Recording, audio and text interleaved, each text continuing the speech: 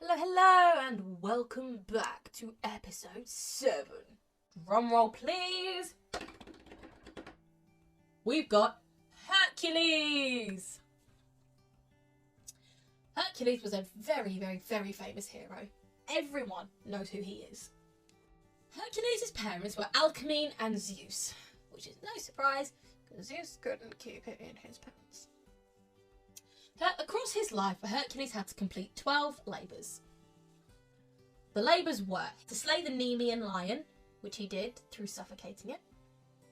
Hercules had to slay the Nemean lion, slay the Lemnian hydra, capture the golden hind of Artemis, capture the Eurythmian boar, clean the Augean stables, rid the island Stymphalos of the man-eating birds, capture the Cretan bull, steal the man-eating mares of Diomedes, obtain the girdle of Hippolyta, the queen of the Amazons, obtain the cattle of the giant Geryon, steal the apples of the Hesperides, and capture Cerberus, Hades' watchdog. They seem pretty suicidal missions, if you ask me, but, you know, who am I to comment? I don't even like going in the garden, because I am absolutely terrified of bees and wasps and flies, and anything that moves. Achilles killed the Nemean lion through suffocating it to death. I think that was a bit harsh, because it's only a lion. I suppose if something was charging at you at 90 miles an hour, you might have slightly different views. To slay the Lemnian hydra, he had help from his nephew. As I mentioned in my Bad Guys episode, to kill the hydra, you need to cut off the head and burn the stumps, which is exactly what they did. Hercules sliced the heads off and his nephew burned the stumps. I bet all his nephew got when he got home was, "What have you done? Why have you left the house? You're grounded." He then had to capture the golden hind of Artemis. The golden hind was a deer.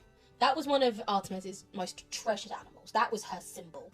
It's her Patronus, if you will, if anyone gets what I mean. To do that, he was hiding.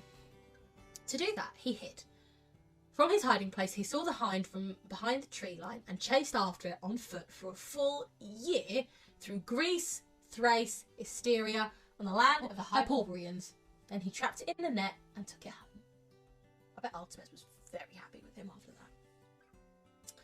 He then had to capture the Eurythmian boar. After being handed this task, he asked the centaur Chiron for advice, who in turn told him to drive the beast into thick snow. He did so, and then carried it back to his evil stepfather, Eurystheus. To clean the Augean stables would take a significant amount of courage and a couple of dozen vaccines. The stable hadn't been cleaned in over 30 years and housed over 1,000 cattle. God, can you imagine the stench and the piles of poo? Yuck. As was expected, they were awfully dirty. However, Hercules succeeded by rerouting the rivers Alpheus and Peneus to wash out the filth, much to the displeasure of the stable owner. On his 6th labour, he had to rid the island Stymphalos of the man-eating birds. They are metal birds, for anyone who didn't know, and thus evil. They are the reincarnation of evil. To do this, he shook some castanets, you know the things that go clickety, clickety, clickety, click, that the Spanish Latina dancers use, those, or cymbals, to frighten away the birds. Then he shot most of them with arrows, and those he did not kill flew away for good. For his 7th labour, he had to capture the Cretan bull, the Minotaur. He strangled it with his bare hands. If you hadn't guessed by this point, it's pretty sad on your part, but he was incredibly strong, was Hercules. He was one of the bravest and bestest heroes of his time. For his 8th labour, he had to steal the man-eating mares of Diomedes. So he killed Diomedes and fed his body to the horses before binding their mouths shut and sending them back to Athens. I'm going to just let it click on for a minute as to why he fed the body to the horses. He fed him to the horses so they wouldn't try and eat him on the way to Athens. From what I've gathered from different myths and legends and folklore, Diomedes wasn't a very nice person. He regularly, snapped and hurt the horses, and kind of glad he got in between us. The 9th labour he had to do was probably one of the harder ones. He had to obtain the girdle of Hippolyta, who was the queen of the Amazons. For those of you who don't know, a girdle is basically just a belt. a fancy belt worn around her waist. To get this right, the Amazons were basically man-hating feminists, as equivalent was in the day. They hated men, they didn't want anything to do with them, none of them were married, none of them wanted children. You get the point. However, Hercules had to prove his strength before the queen agreed to let him take the girdle. Before he could take it, however, Hercules began to fall for Hippolyta, and she did him, which was very against her code. But luckily or unluckily, depending on what perspective you look at it from, Hera got involved, as she did. And after spreading a few rumours surrounding Hercules and his lust and desire for the queen, the Amazons hated him and wanted him dead. He unfortunately had to kill Hippolyta, and he had ripped the girdle from her lifeless body. I don't like Hera much. Do any of you? I don't think she's a very nice person. I think she goes on a bit of a killing spree every time she doesn't get her own way. On his 10th labour, he had to obtain the cattle of the giant Geryon. Hercules had to steal cattle. You all know what cattle is, right? It's cows. He had to steal cows, and when he was nearly done with getting the cows, Geryon heard some commotion and all the mooing and the moving and sprang into action. He carried 3 shields and 3 spears and wore 3 helmets. Like, sir, how's he supposed to kill you now? How are you supposed to complete your task? He attacked Hercules at the river, but was slain by one of Hercules' poisoned arrows. It pierced through his forehead and, to quote, Geryon bent his neck over to one side like a poppy that spoils its delicate shapes, shedding its petals all at once. Gross and descriptive. What? Hercules then had to herd the cattle back to his evil stepfather. His 11th labour was to steal the apples of the Hesperides. By asking Nereus, a shape-shifting sea god, how to get to the garden of the Hesperides, on his way he met Antaeus. He is a very not nice person. He is the son of both Gaia and Poseidon.